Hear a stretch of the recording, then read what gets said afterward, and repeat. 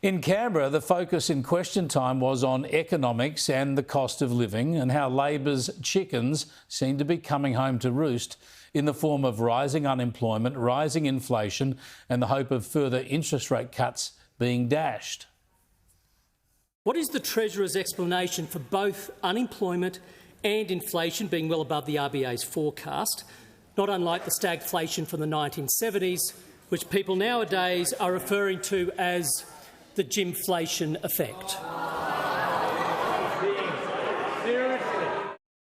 For those of you wondering why the Shadow Treasurer cuts such a comical, almost cartoonish figure in this place, that's your answer. Because we are working through serious economic challenges and serious economic opportunities, and the best way to do that is in the considered, methodical, consultative way that defines this government. Yeah, it's all going swimmingly, according to the Treasurer.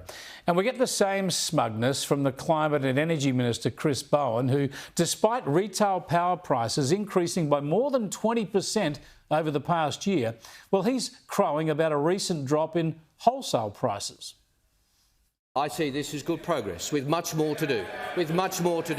And there is no coincidence, it is no coincidence that the quarterly report, which showed a 38% reduction in wholesale prices, also shows the highest renewable penetration for that quarter in Australian history, Mr Speaker. This is the sign of progress. This is either deluded or deliberately deceptive, or perhaps both. We all know that when the wind is blowing and the sun is shining, renewables provide cheap generation. But there are two reasons the end result to consumers doesn't reflect that low cost, reasons why renewables actually push retail prices up. First, it's not always sunny or windy, so we have to always pay for backup generation and for expensive battery storage. So we need two systems now, two grids. And the price is dictated, of course, by those high-cost inputs that only get to supply power and make their money when renewables are not doing the job. And second, to get the renewable energy into the grid from all around the country, we need tens of thousands of kilometres of expensive transmission lines.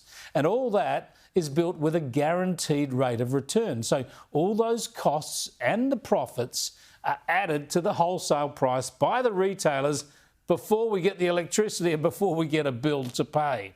So lower wholesale costs are meaningless, and Bowen knows it.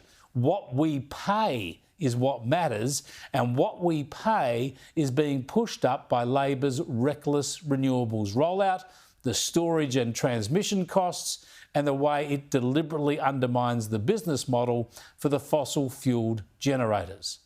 And all that is adding to costs, and all that is fuelling inflation right across the economy. Labor's energy mismanagement is a huge input into its overall economic mismanagement. We all pay the price.